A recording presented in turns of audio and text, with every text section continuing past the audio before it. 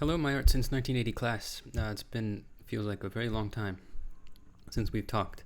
So first of all, I hope everybody's doing okay, staying healthy, staying safe out there. So this is me coming from my apartment in Harlem. You might hear some street noise. You might hear my heater go on. Hopefully it won't be too obtrusive. So I've done these lectures now for my two other classes, and they've gone pretty well. I've heard back from students in those other classes saying they actually like it better than trying to do a class over Zoom. I was from the get-go, I thought Zoom would be impossible with 26 students. So I thought doing a lecture that you could then watch and go through and respond to on your own time, either today or tomorrow or the day after that. I'll keep it a bit fluid, a bit flexible, because we're in unprecedented times. So we'll do it that way. And the way it goes, this will usually be about 45 minutes to an hour. I don't know exactly. You are such a great group of students. I really miss having you in class.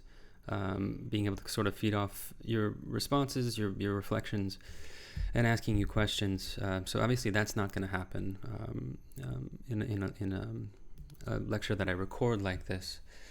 But hopefully you'll still find it interesting. And again, you're going to be responding in writing to some of the things I say and to some of the prompts I give you from the chapter that you were due to read for today. And we'll go for there. That'll be your attendance. I might talk about some housekeeping things at the end, or maybe just keep that to the website. I'll just write about it. But for now, we're just trying to get back to the material. It does feel like a really long time since we've spoken. So we're just trying to act normal, get back into the material, and talk about contemporary art. So what we're going to do today. This was really sort of the start of the second half of the semester, where we were going to go much more towards contemporary issues. Though we're still going to do some history. We're still going to be in the 80s and 90s. But I think predominantly we're going to be talking about pretty recent phenomena in global contemporary art. So I hope you find it interesting. So the theme for today is the market. So it's a very big theme. And so I want to give you a roadmap, and I'll be doing this for every lecture. So what are the questions that we're dealing with in this lecture when it has to do with questions of the market? So the economy, and now of course the global economy. So the first thing we want to do, the first thing our first task is to talk about and ask how the market has changed contemporary art. There's some very new things about the way art functions within the global economy, and so this is a broad sociological question. So we're gonna talk about that. We're gonna ask questions about the notion of taste and those who get to drive and shape it. That maybe it's different from previous moments in art history. Some people are pretty down on it, and I guess I might be a bit too. In the sense that maybe now money is the thing that drives taste above all, and speculation, and that really you don't need to know anything about art or art history, or about culture or literature or philosophy. Really, you just need a checkbook to be able to buy something that you find nice looking. So that's like the really that's the killjoy version of this topic. And sometimes I think that, but I'm going to try to stay open-minded, and I'll be interested to hear what you think. So there are some that say that because contemporary art has become such a big money thing, that now really it's just about kind of fun. It's kind of a marketing speculative thing, and that sort of the critical components of art, or even like the politically challenging components of art, don't really feed into the factors of this elite global taste. So that's one question we'll want to go through. We're going to talk about. I'm going to use my cursor here to point things out instead of the pointer.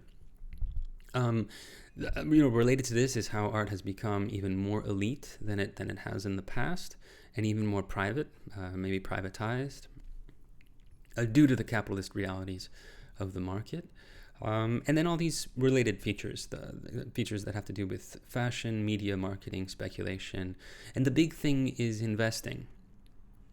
The idea that contemporary art is something that can be invested in, can be traded, can be something that people with lots of money put their money into, as you would other, market mechanisms. This is pretty novel. So that we're going to talk a little bit about the history of that in the first part of this lecture, and some of the key moments in exhibitions. But above all, it has to do with auctions, with auction houses like Sotheby's. So Sotheby's is going to come up a number of times in this history. So we'll get to that. The second thing we'll do then is, because we don't want to just stay at the level of sociology, at the level of the market. We want to sort of flip it on its head and then ask, well, how has this new, booming global contemporary art market affected the way art itself is made, right? So this is really huge. So what we do, we're going to focus on the three figures that chapter 2007C talks about in art since 1900, and that's the work of Jeff Koons, Takashi Murakami, and Damien Hirst. So we'll talk about those three artists and look at some of their works, and then ask ourselves, in what way are their practices conditioned by or react to this market, this vast market economy. And then the third part, and this is where your writing is going to come in. So if I started going into these next case studies, this would take 2.5 hours or something to do a lecture, and I'm certainly not going to have you listen to me for 2.5 hours. Our classes were I usually kept it to about 2.5 hours, 2 hours and 45 minutes, and half of it included you writing, right? So I don't want you to do more work than you would have in class. So this third part, I'm going to just give you some examples of the works that I want you to then think through further. And these will be your writing responses, and this will be tallied as your attendance for today's class. So how have artists pushed back, and in some cases use the global art market for maybe less crass ends, less material ends, maybe as a way to critique it, and as a way to sort of confront this global economic growth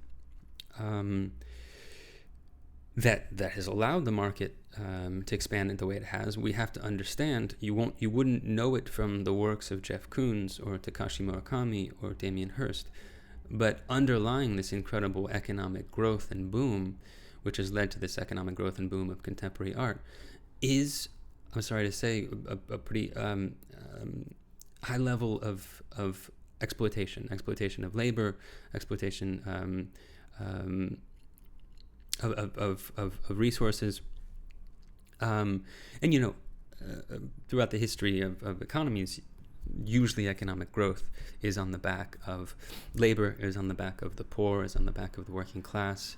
I'm going to sound very Marxist in these sections of the class, and then, there's no reason not to be, because there's a great deal of truth in that assessment. So the darker side of this global economic boom of the art market might in fact be these different sociological questions of poverty, of slums, and of economic inequality that we really haven't seen in human history on a global scale. And certainly in this country, it has, I think it's even exceeded, let's say, the robber baron era or the 1920s. Economic inequality is really quite incredibly high. So that's the other side of it. So you'll be talking about specific case studies from contemporary China, and there's no place on the globe that has exploded with wealth, exploded with economic growth, and then underneath it has led to all sorts of difficult living conditions and labor practices. So this will be the other side of the equation, and this is what I want you to write about. So in some sense, I've given you the more fun, well, maybe not fun, but the more interesting part of this equation, whereas I'm going to talk more about, I guess, the sort of the drier history of the market and artists that, I'll be honest, I don't really like these artists very much. But I mean, their works can be pretty and interesting, but I'm not such a fan. So I've given you the better chapter, I would say. Oh, it might be different for you. Who knows? I guess you can let me know in your responses. So let's get into the sort of the history of this contemporary art market that we're in. And as your chapter lays out somewhat quickly, I think you can think of the emergence of the contemporary art market as having its seed in the 1960s. So this really post-World War II boom, especially in this country, and the emergence of pop art and minimalism in the 60s. And there's something about pop art and minimalism, especially pop art, that they tapped into something that would be pretty formative, that would allow art to, in some ways, collapse into simply becoming something that's bought and sold, something that almost looks and feels and is produced and sold in the same way that just normal commodities are, right? So there are two ways that pop art and minimalism did that. One, there's something about pop art and minimalism that they looked like serial commodities. So by serial, we mean like when something is made, like an iPhone, or in 1963 or 63, 64, these Brillo boxes, they look like they come off an assembly line. That's what serial means, right? It's just one thing after the other. They're identical. They're of equal value. So Warhol, his brilliance, or some people, detractors of Warhol, say like he's like more or less ruined art. His brilliance was to tap into this type of aesthetic. He even had, his studio was even called the Factory, where he sort of churned out these works of art that almost looked identical, or did look identical, to simple commodities that you would buy in a grocery store. So these are his very famous Brillo boxes. You probably also know his soup cans. So the look of serial production, and you have it too in minimalism. So Donald Judd, one thing after the other. The sculptures, well, they're not sculptures, but he called them specific objects. They all look like they're one after the other, like they've been produced in a factory in a serial fashion. The other thing, and this is the more interesting part, and we're going to talk more about it in a moment, is the idea of art becoming a commodity sign. So a commodity is notoriously thorny and difficult to think through. So I'm going to give you the sort of the 101 of what a commodity is, what a commodity sign is, which is related to commodity fetishism, and we're going to talk about that in a moment. But basically, a commodity sign is that there's something about commodities. There's something about, let's say, a Brillo pad box, or an iPhone, or anything that you buy, like a pair of shoes. Any commodity that you buy in a store, it's not just the material that it's made of. It's not just the people who made it. In fact, that kind of drops away, and it becomes a pure sign. Especially, let's say, luxury objects. Sorry, that's a siren in the background, which now, these days, sirens have become even more poignant and kind of sad. But so a commodity can be like a pure sign. It's almost endowed with a value or significance above and beyond simply what it is. And it's very mysterious and quite fascinating as to how that can happen. So we're going to talk more about that. So definitely in pop art, there was a sense in which these objects that are being replicated in pop art, they hold this commodity sign value. And their very fact of being art, something becoming art, is its own weird value that's endowed, or it seems to actually be coming from the work, even though, of course, it's not really coming from the work itself. This is also, in some sense, like a sign that's imposed on an object. So with pop art and minimalism, you almost have this collapse between art as this enchanting value throughout history and the commodity as this sign, as this value that's above and beyond simply an object. And they start to kind of enter into a gray zone. They almost become the same thing. And this is encapsulated in Warhol. I mean, he has so many quotes that seem that fall into this kind of thinking. And it was always hard to know how serious Warhol was. He was always very deadpan. It was very hard to read. When you read Warhol, you listen to Warhol, even his works themselves, it's almost hard to get the tone. You don't know if he's being totally cynical and he really believes that art now is just a business, or if he's saying this in order to like instigate, in order to sort of critique this fact. Or maybe he's doing both, right? Maybe he's hedging his bets. But a very famous quote of his is business art is the step that comes after art. And he was really prescient for this.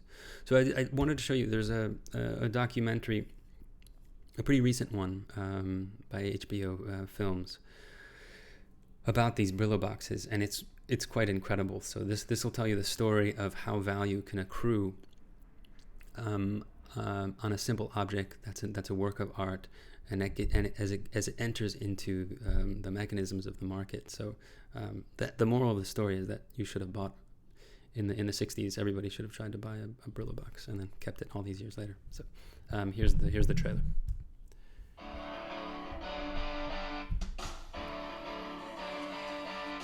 1964, Andy Warhol shocked the art world by making hundreds of replicas of supermarket cartons and presenting them as art. Critics said, how could this be art? What is Warhol doing? Is he gone insane? It's the emperor's new clothes, it's copying commercial product, and it's a big joke and a big sort of fake. His most notorious were the Brillo boxes. That same year, my parents got engaged. They married, began collecting art, and bought this yellow Brillo box. The reality was, is this art? I loved it. I absolutely loved it. But soon after, my father traded our Brillo box for work by another artist. The Brillo box left our living room and went on a journey of its own.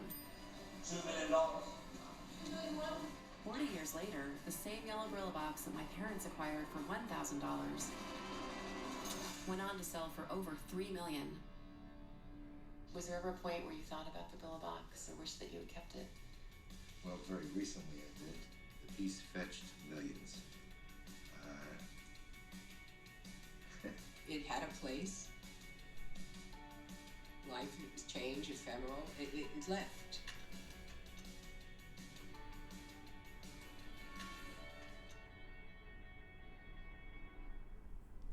So this documentary is just a really nice illustration of what we're trying to trace today, this history of how a work of pop art that sold for $1,000 could be valued as $3 million.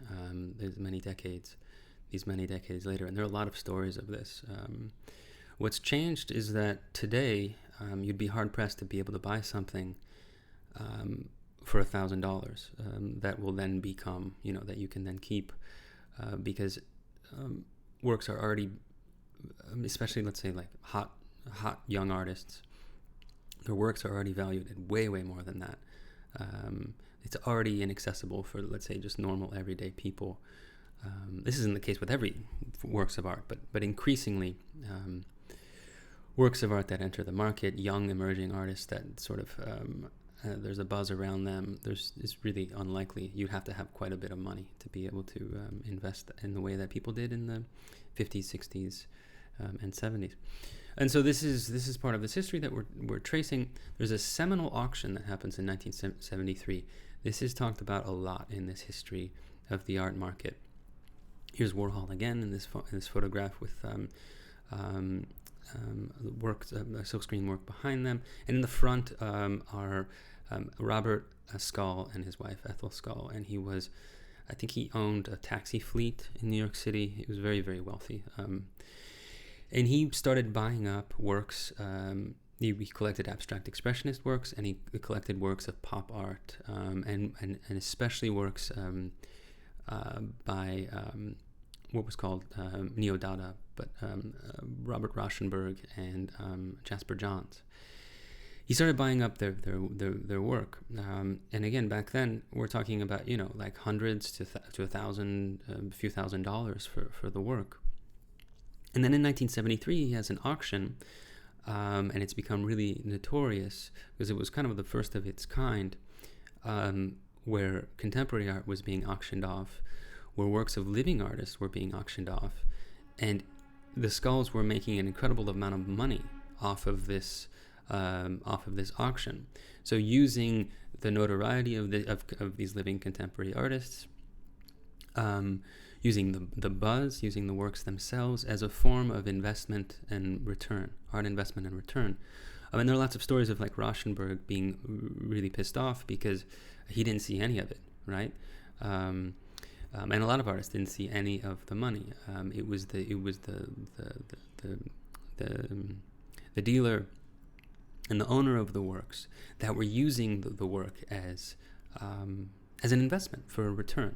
So this is a very new conception of art,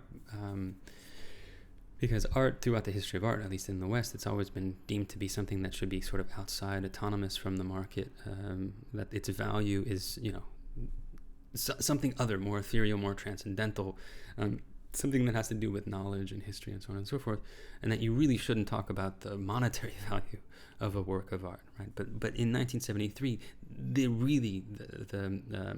value of the art as a monetary investment really explodes and comes to the foreground with this very famous skull auction from 1973.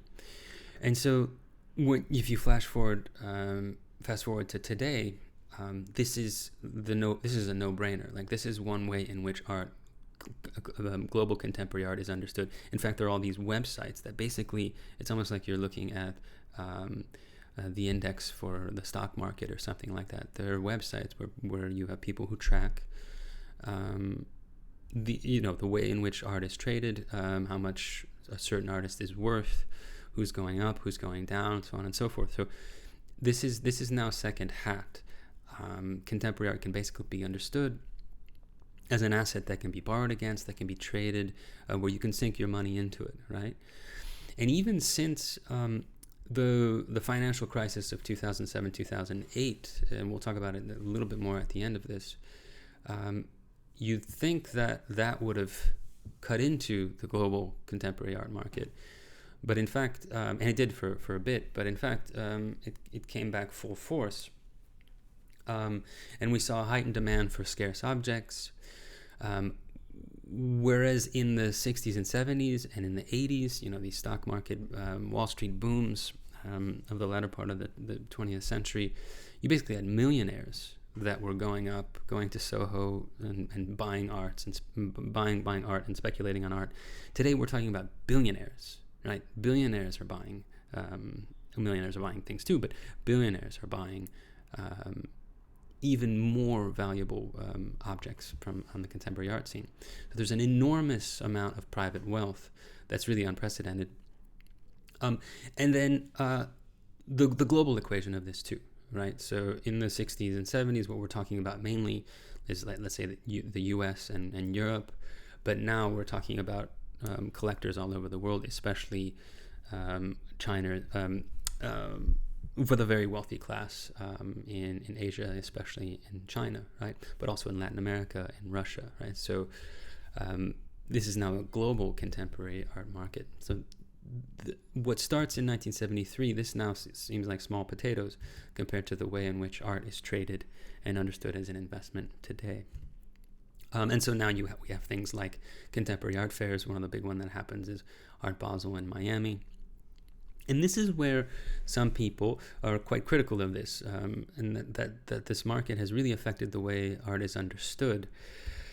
And one interesting way to talk about this is to think of art now, again, now we're coming back to this idea of the commodity sign, to think of art within Marx's classic formulation of the commodity fetish. And this gets a little thorny, this gets a little theoretical, so I hope you follow me okay. I hope we don't get too much into the weeds here. It's not actually that tricky. The terms themselves aren't that tricky. In Marx, there's a fundamental difference. This is in his major, massive book, Capital. There's a fundamental difference between use value. So use value would be, an object, a commodity, an object that you would buy. You buy it because you need to use something. You need to use it for something. So like the use value of a hammer is to be able to like make a chair, right? You hammer something in. As an object, it has use value. That's where the value comes from. Or a chair is something you sit on, right? You have this raw material that's made of wood, and then you put it together with this hammer, and then you can use it, you can sit on it, and like I am right now, talking to you, right? So that's use value. So use value is part of the equation of value within the economy. Then you have exchange value, which is different. Exchange value, there's nothing about the object, the usefulness of the object. That doesn't fall into the parameters of exchange value at all. Exchange value is what one work can be exchanged for another. One object, one commodity can be exchanged for another. That's where the value comes from. So it's the value of a commodity in relation to other commodities. So, for example, you can get endless examples, right? But this is just one off the top of my head that I put in for the slide. An iPhone is equal to 500 highlighters. I don't know if that's true. Maybe that makes the highlighters really cheap or expensive. I'm not sure. But so the exchange value of an iPhone, you can exchange a lot more if you have an iPhone than if you have one highlighter, right? So exchange value flattens everything out. Every object, every commodity in the world now can sort of be equated to each other. They're all within one certain leveling system that has to do with value, that has to do with currency, right? So in US dollars, an iPhone is what, $600 or something like that, and then 500 highlighters are also $600, right? So that's exchange value. Those are the two fundamental values of commodities in Marx. But then there's something else that happens that's interesting. A little funny thing happens. How this exchange value is set is the big question. Like, why is an iPhone worth or equal to 500 highlighters? How is this value set? Well, part of it, of course, is the cost of the material resources that go into the iPhone. Part of it is the production process, factories and so forth, like Foxconn in China. Part of it is the labor, right? People working and assembling these iPhones at Foxconn in China, and so on, right? There's that. But then there's another, with almost every commodity, there's another social value which is quite mysterious. Marx called it religious-like, which is why he called it a fetish. And this mysterious value is the commodity fetish. So the fetish comes from a religious discourse, usually non-Christian, although there are fetishes in Christianity too. The idea that an object is inherently holy, like it has power, it has this certain supernatural quality, right? So think of a reliquary, or think of any object that's imbued with some sort of divine presence in any religious system, Western and non-Western, would be a type of fetish. And so for Marx, the fetish is a misrecognition. Like, people think that it actually has this religious quality.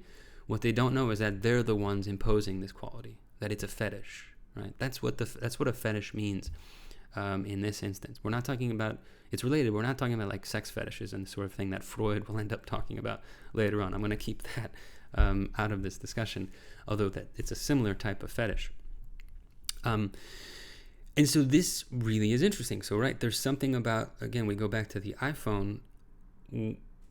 Why is it that iPhones are so sought after? Why is it that they're so costly, right? There's something above and beyond the labor, which is really cheap. There's something above the resources. The iPhone, there's something about it that it becomes a sign of something else, right?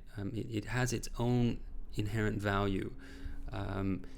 It's still, like, let's say, a very hot object, right? So it's imbued with this commodity fetishism. And how this happens is the $1 million question, right? How commodity fetishism can happen is the $1 million question, and people have written books and books and books and books and books about how this happens and what it is. It's a very mysterious social value.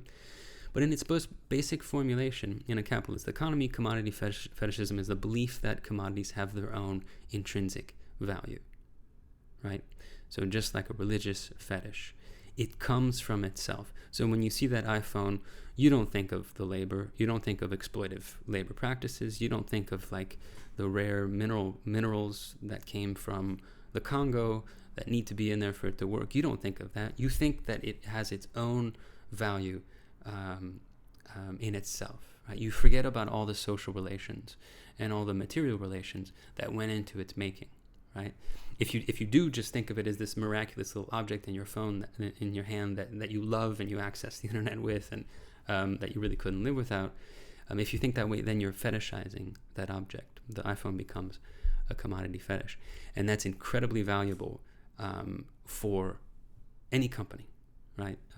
That sells a commodity, for it to have that type of value, social value, above and beyond, because of course it's profitable. And so let me give you an example of a philosopher talking about this, using some pretty interesting examples. So this is Slavoj Žižek. If you don't know him, he's probably one of the probably the most famous philosopher working today. He's Slovenian. He has an interesting way of talking. I hope you can. This is all going through a mic, so I hope through this video you'll be able to see. But you'll be able to hear okay. But here is Žižek talking about the commodity fetish and how you have this mysterious value that's placed on objects. So this is from the documentary called The Pervert's Guide to Ideology from 2012, which I highly recommend watching if you have time. It's very good. It was already Marx who long ago emphasized that a commodity is never just a simple object that we buy and consume. A commodity is an object full of theological, even metaphysical niceties.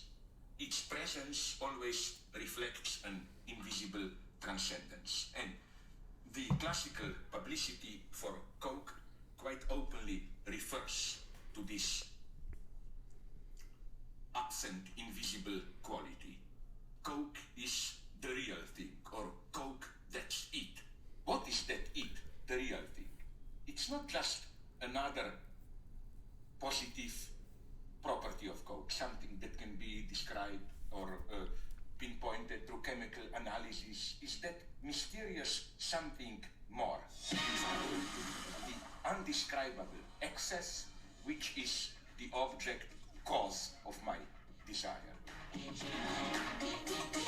In our postmodern, however we call them, societies, we are obliged to enjoy. Enjoyment becomes a kind of a weird, perverted duty.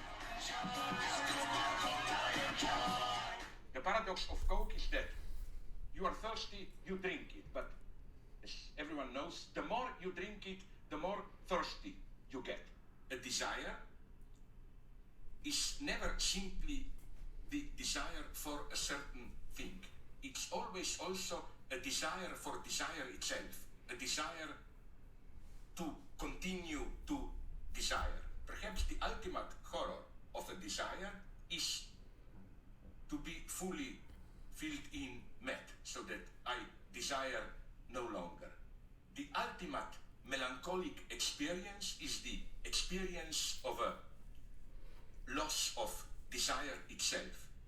It's not that in some return to a previous era of natural consummation where we got rid of this excess and were only consuming for actual needs, like you were thirsty, you drank water, and so on. We cannot return to that. The excess is with us forever. So let's have a drink of Coke. It's getting warm. It's no longer the real Coke, and that's the problem.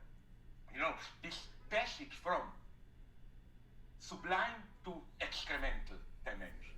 When it's cold, properly served, it has a certain attraction. exception, all of a sudden this can change into shit. It's the elementary dialectics of commodities. We are not talking about objective factual properties of a commodity. We are talking only here about that elusive surplus.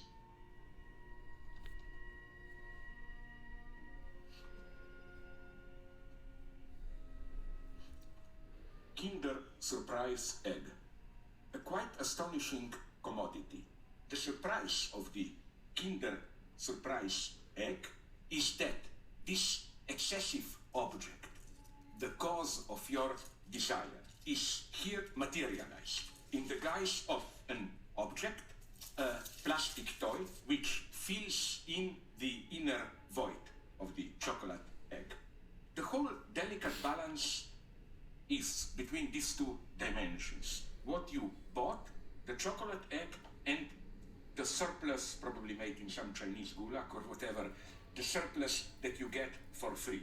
I don't think that the chocolate frame is here just to send you on a deeper voyage towards the inner treasure, the what Plato calls the agalma, which makes you a worthy person, which makes a commodity the desirable commodity. I think it's the other way around. We should aim at the higher goal, the gold in the middle of an object, precisely in order to be able to enjoy the surface. This is what is the anti-metaphysical lesson, which is difficult to accept.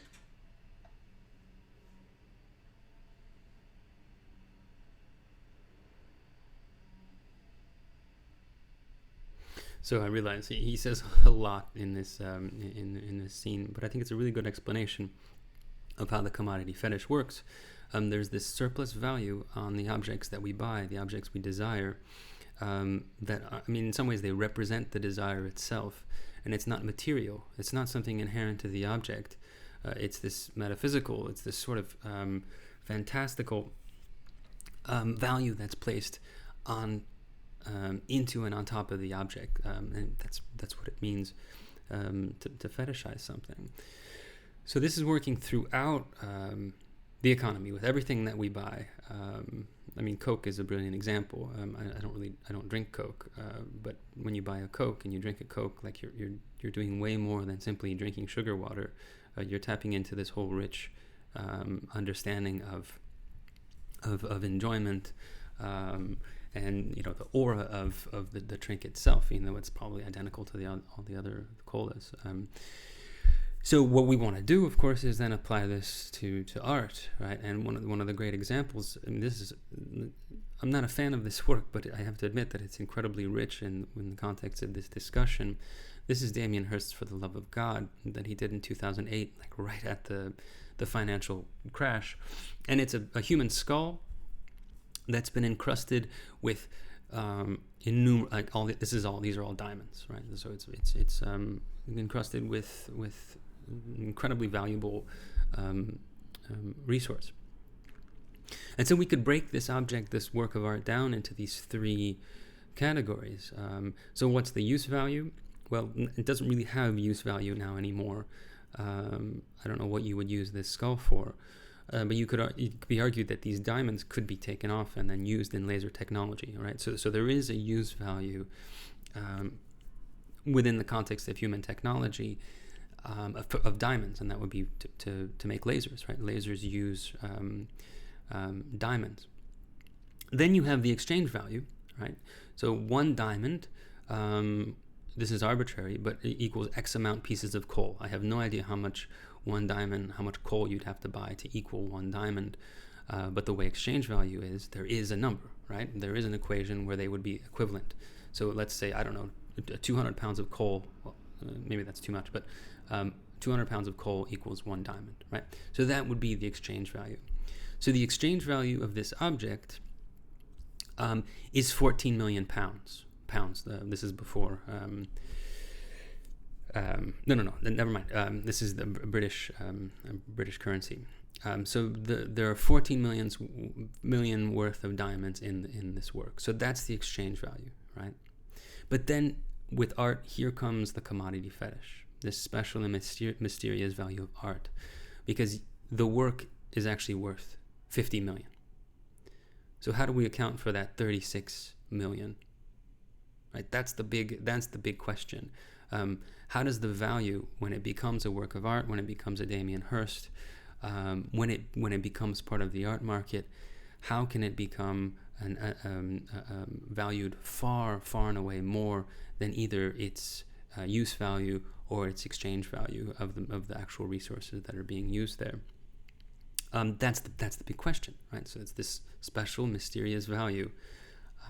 It's the work of art as a commodity fetish, and there are all sorts of reasons for this that have to do with it becoming a work of art, having to do with it becoming a Damien Hirst.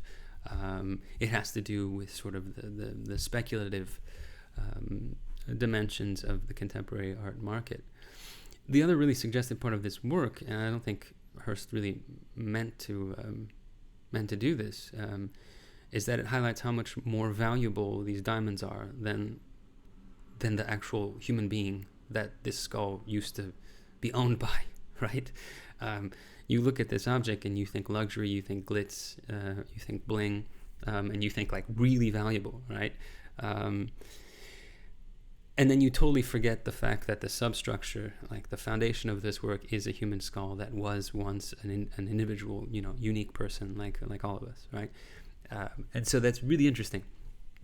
How the human being can be undercut and can be undervalued and really obfuscated. Like you don't even notice, in some ways, you see it as a skull, but you don't really think of this being a unique individual. So that's another effect of the commodity fetish. It mystifies, it makes you forget about social relations and human relations, labor practices, and so on and so forth. And you only think about this special status, the special aura that's coming from the object or the commodity. And in this case, it's a work of art, right? So that's part of today's lecture. So let me see. I don't remember when I started, but I feel like it's been 30 minutes or so, 40 minutes. So we're just going to end now with our case studies, right? So we're mainly going to be talking about Koons, Murakami, and Damien Hirst once more. But we do want to finish off this history real quick. So there are two exhibitions that are very important for this history we're tracing of the art market and art becoming pure commodities. And that's this exhibition at the Boston, the Institute of Contemporary Art in Boston from 1986. The show was called Endgame. And this was a big moment for Jeff Koons. So this is some of his early work. This is a tank of two basketballs that are submerged in water, and they're just floating there like these perfect, beautiful objects, right? And then he's also well known for doing these vacuum cleaners behind glass, these Hoover vacuum cleaners. So there's something Duchampian about this, going into a store and buying this commodity, buying this object, and then placing it as a work of art. But unlike Duchamp and unlike pop art, that also shows you just like normal commodities, it's not clear that there's really any difference between the art object and the object in the store. Like there's not that big of a conceptual difference between art as commodity and the commodity as a commodity in the store, right? It's like they've collapsed into each other. And what this work seems to be about is nothing other than the aura of the commodity, the aura of like these objects that when they're new, when they're in the store, you desire them. I mean, I don't know if you want a basketball or a vacuum cleaner, but people do desire them, right? And they don't think about where they're made. They don't think about the fact that they're going to become obsolete, that they're going to break down, they're going to get dirty, they're going to need upgrading, so on and so forth. As this commodity object, there are these perfect, beautiful, pristine things, right, that you desire. And it's as if he's showing you this. It's as if like the work is about that, right? That this is art as commodity. This is why some people love Koons. because it taps into a pre-existing desire. Like, we like to have things, we like to have new shiny things, but then there are a lot of people that just don't like Koons. That even more than Warhol, he's basically just cynically using the visual language of commodity culture, and basically saying that this is art, right? That there's a total collapse between commodities and art. So Koons is an important player in this history of the contemporary artist market. There's another important exhibition too from about a decade later called Sensation from 1997. This was the first show where, I'm not sure if you've heard of them, but in the 90s there was a group of artists called, loosely associated, the YBAs, the Young British Artists, and Damien Hirst is part of them. And so this was a major show. And it was backed by a very wealthy ad executive named Charles Saatchi, and Saatchi, who now has a gallery. He's very much a big player in this in the contemporary art market. So this was a major show. It caused a huge sensation. The show was called Sensation. And it had lots of different works. A lot of the work was pretty violent, pretty dark, pretty macabre, really challenging at the level of like looking at it. Maybe the most famous work is Hirst's The Physical Impossibility of Death in the Mind of Someone Living, which was then given to the Met Museum. He had an expedition of fishermen go and hunt a tiger shark, which he then stuffed and filled in a tank filled with formaldehyde. The shark started to decompose, so he had to go and recently he had to go and go kill another tiger shark to then make the work again. So if you're interested in this sort of thing, the use of animals in art, especially contemporary art, hopefully they'll let me teach my animals in contemporary art class again, which I'm teaching this semester. And we go in through all the ethical, ecological implications of a work like this. Like, is it justifiable to use an animal in this way, or is it not? And if it's not, in what way are other ways that we use animals and are often quite violent with non-human animals? Are those practices justifiable, right? For food, for science, for experimentation, what have you, right? So this gets us to a lot of interesting, very timely questions. And so this show caused a real sensation, and this is another component of the art market that feeds into this commodity design, the commodity fetish of this sort of surplus value of art, and that's sensationalism, right? That's spectacle. It also traveled to the Brooklyn Museum and created huge controversy in New York City. This is during the Giuliani days of New York City, so I can show you very quickly just a little snippet of the show at the Brooklyn Museum and some people talking about the controversies.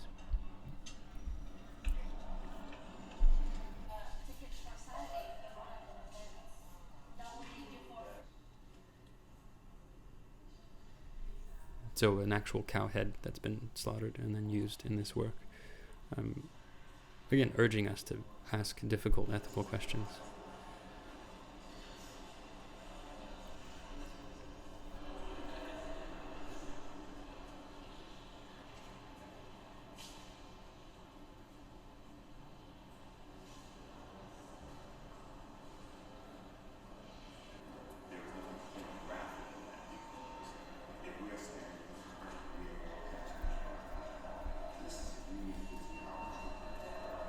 This is an important exhibition. I mean, this is a defining exhibition of a decade of the most creative energy that's come out of Great Britain in a very long time, and that's why we did it. These works are challenging and thought-provoking, and some are beautiful, some are very difficult to look at.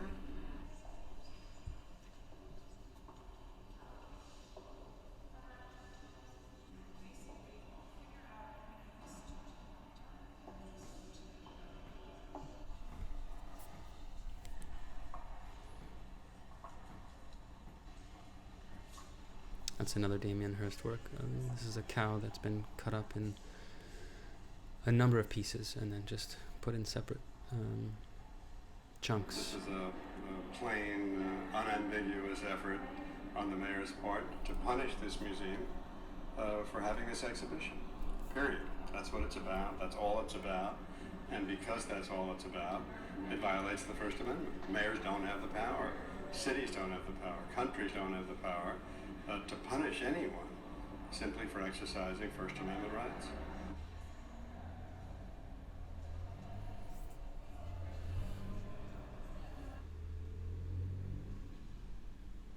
That's not an actual dead person. That's a sculpture, but it's in a hyper realist. I find the man more reprehensible and offensive to me than the artwork.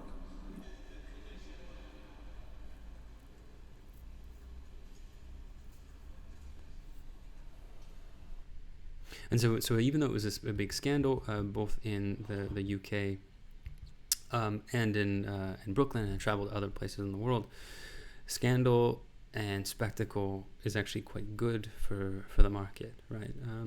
You get a hype, you get a buzz, and that also, we have to talk about that in the equation of the way the market has affected art practices. And so now we turn to our case studies, and I'm going to go somewhat more quickly because I think I bit off a bit more than I could chew in the first part of this lecture. I didn't think we would be talking about these issues as long as we have. So I'm going to go somewhat more quickly so that we're not here for too long. But one of the things we want to talk about is how the market has changed art practice. And how some artists now almost have become corporations. So it's no coincidence that this history that we've traced from pop art and minimalism, the skull auction, the skulls, the taxi fortune, up through Endgame, up through Sensation that we just saw. It's no coincidence that in this history you can track certain very big blue chip artists that almost function as corporations themselves. So what we're talking about here, I mean very literally, right? So factory production. So it's not the artist in his studio working by herself. This is a massive production. Not almost, but really like a factory, right? And working with foundries, outsourcing production. This is also branding. Right? The idea of the brand, which also comes into the commodity fetish, right? You can have the same exact handbag. It's made from the same, it's made from the flesh, the skin of cows, and it's made maybe by the same people. But if you put Louis Vuitton on one and then like some unknown mark on the other, the one that says Louis Vuitton is probably worth 50 times more. Right, so the idea of the brand, of branding, of logos is really, really important in this history that we're tracing, and this concept of the commodity as sign, or the commodity as fetish. And so we've seen now artists basically be able to have a brand, and the fact that it's a Damien Hirst or a Jeff Koons, and it looks like a Damien Hirst or a Jeff Koons, already that's enough for the value, the monetary value to skyrocket. There's also the idea of marketing works of art, even merchandising. You'll see that with Murakami, and then having lots and lots of assistants and employees. So these big factory productions, you might have like 100 assistants and employees working underneath the artist. So the artist almost becomes a corporation, becomes a business.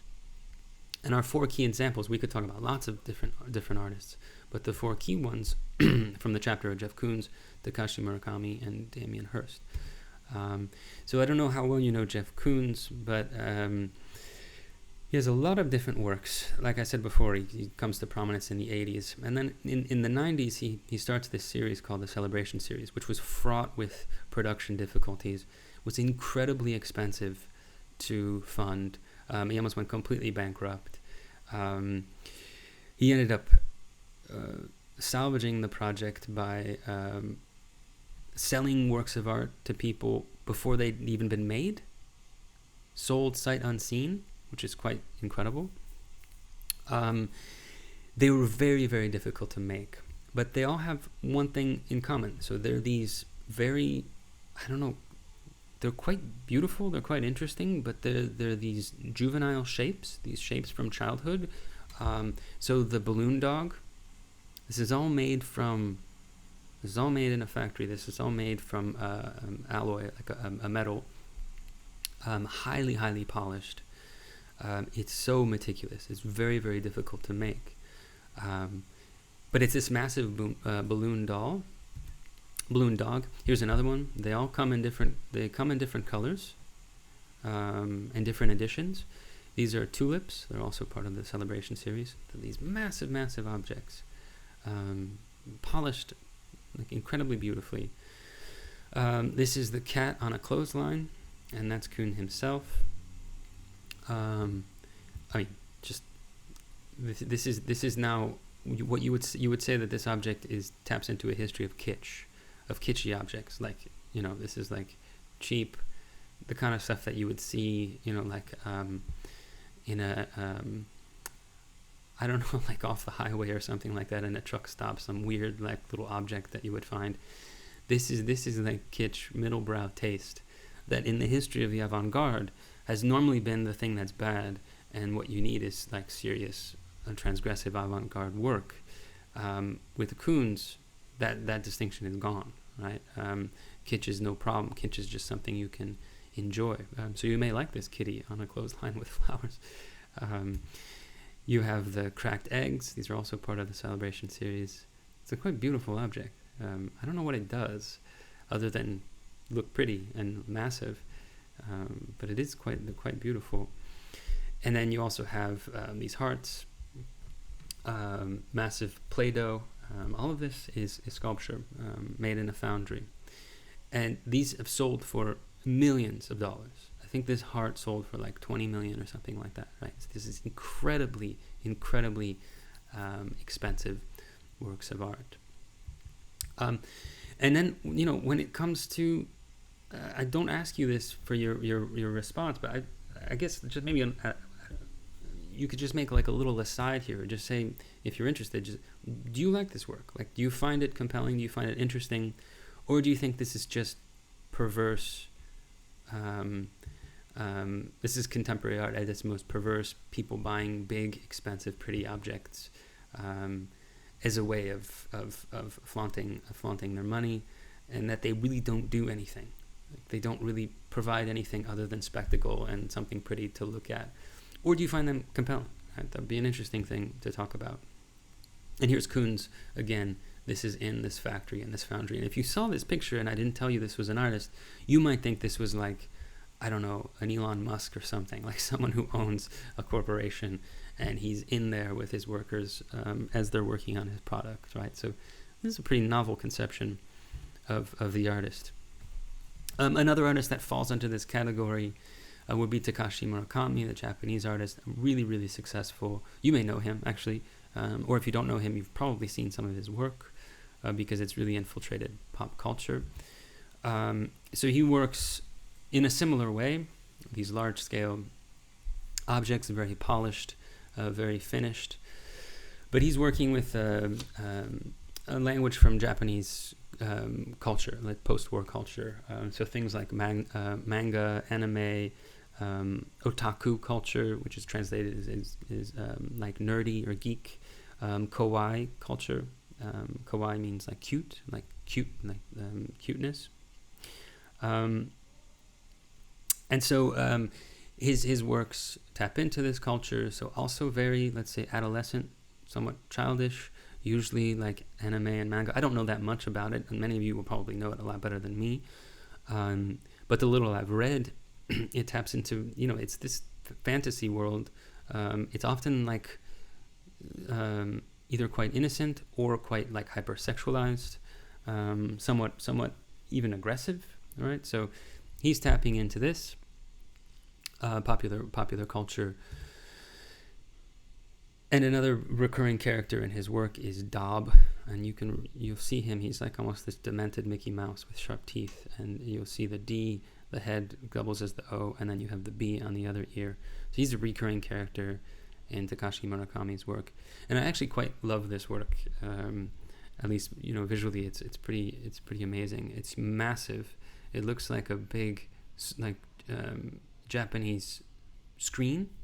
But it's a painting. It's at MoMA. They've shown it before, so I've seen it in person. It's massive, And it looks like, this old ink painting, Japanese ink painting, and then riding this wave is this very new, more like manga, anime character that's become, in some sense, one of the brands of Murakami. Like this is his, this is like a logo or a brand in his work.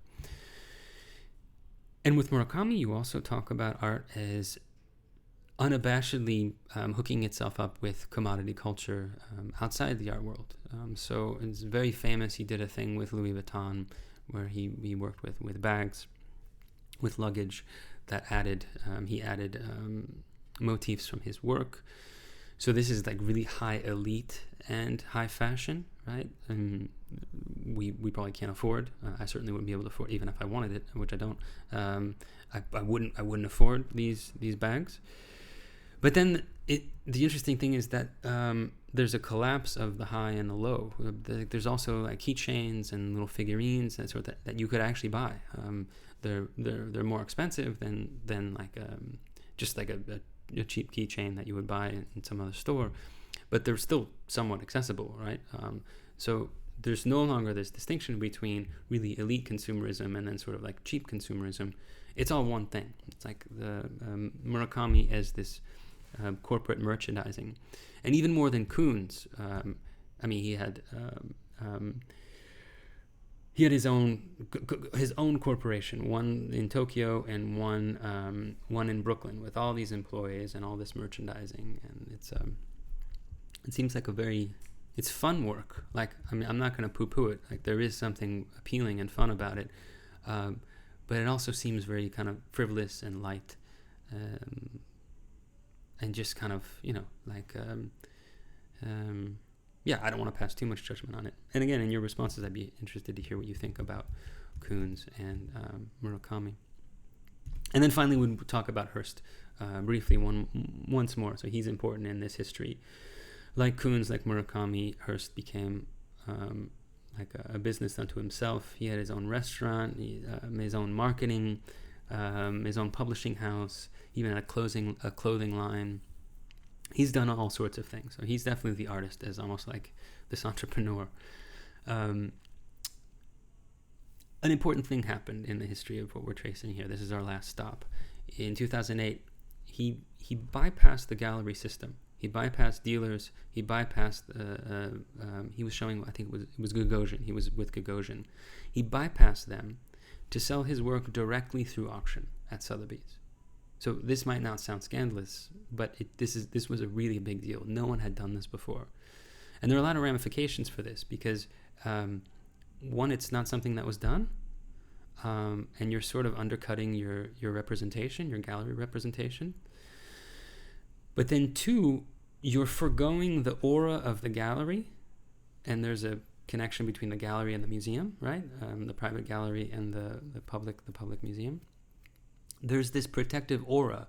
Like, yes, people go to Soho and Chelsea to buy works of art, but there's still places where people look at art and think about the art.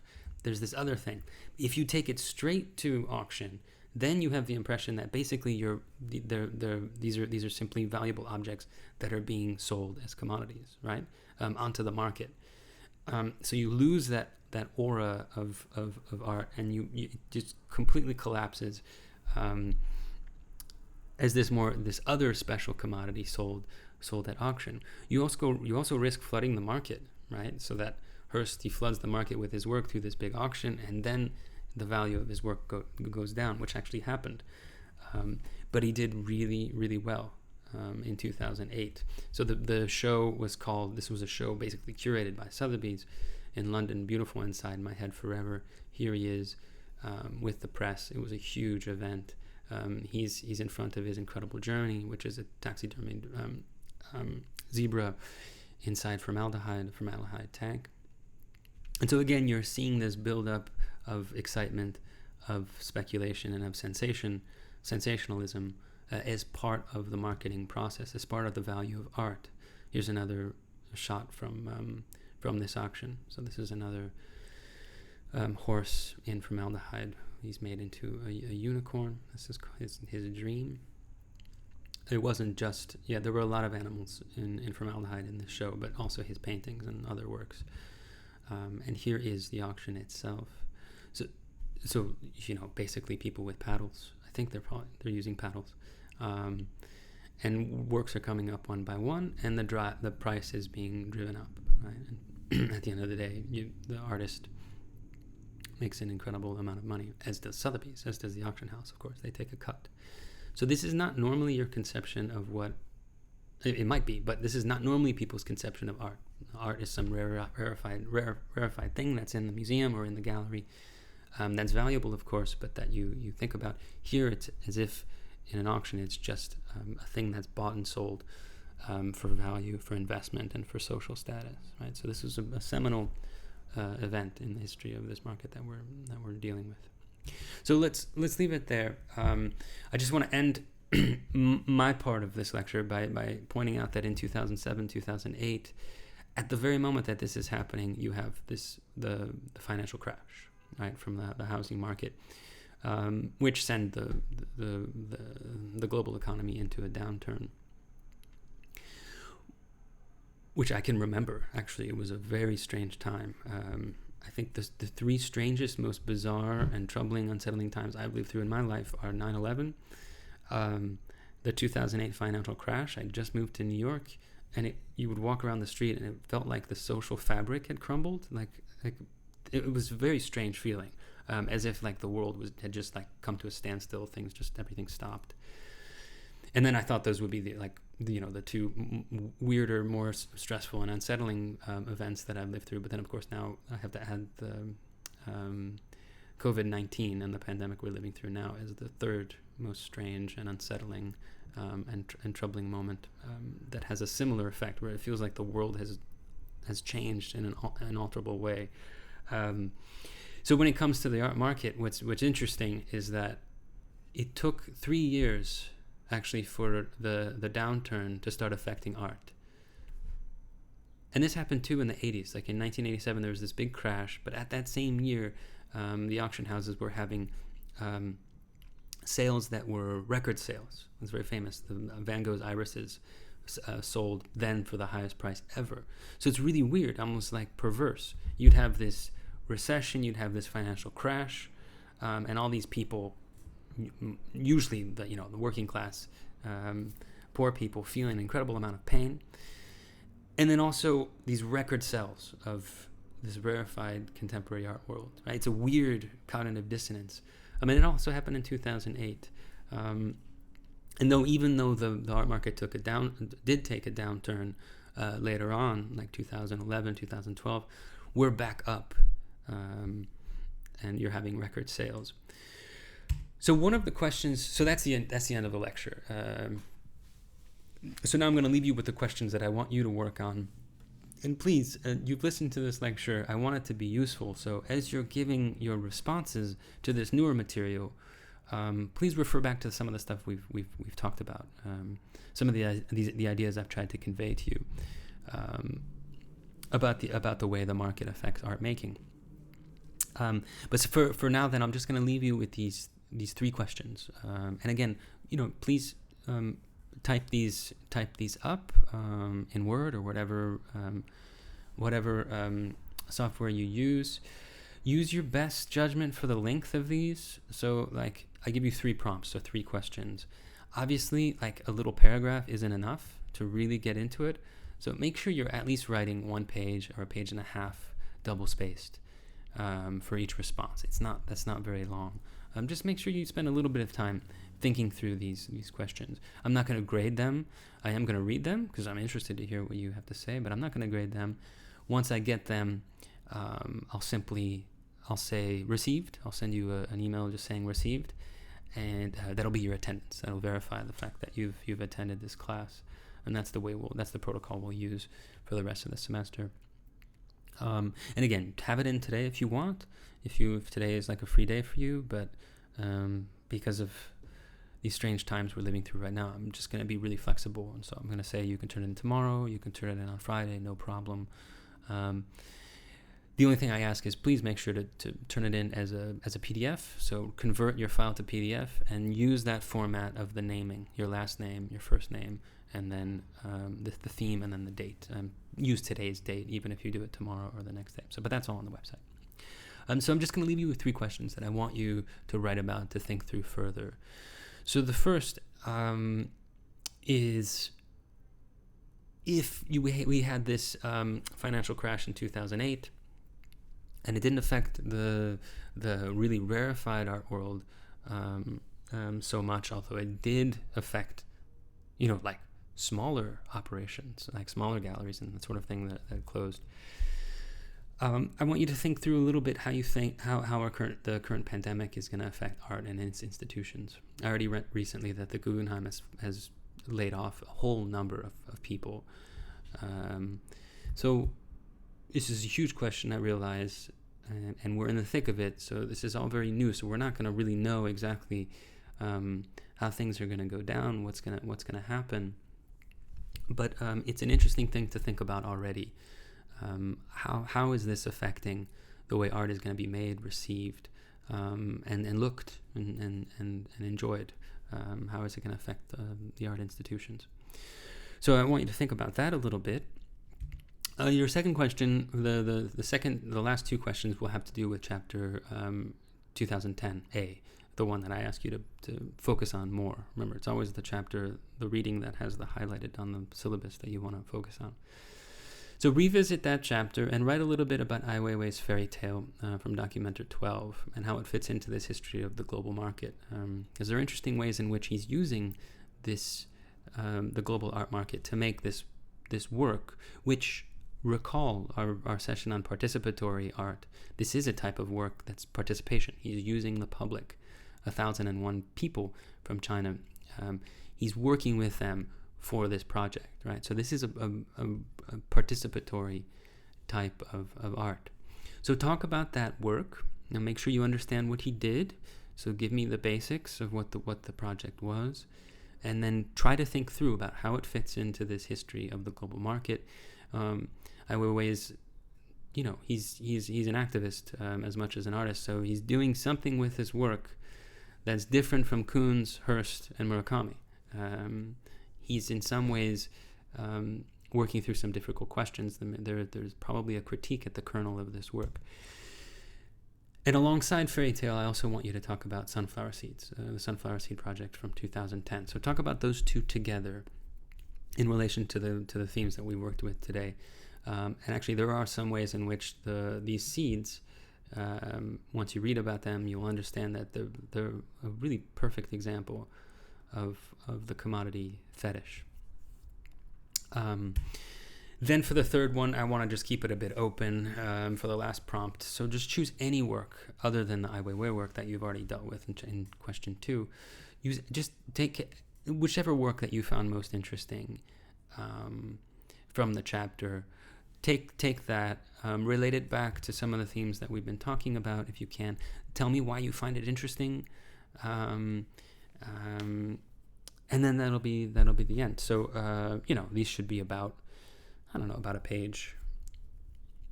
Don't go overboard. Don't give me like three pages for each prompt, but it should be like a page and a half.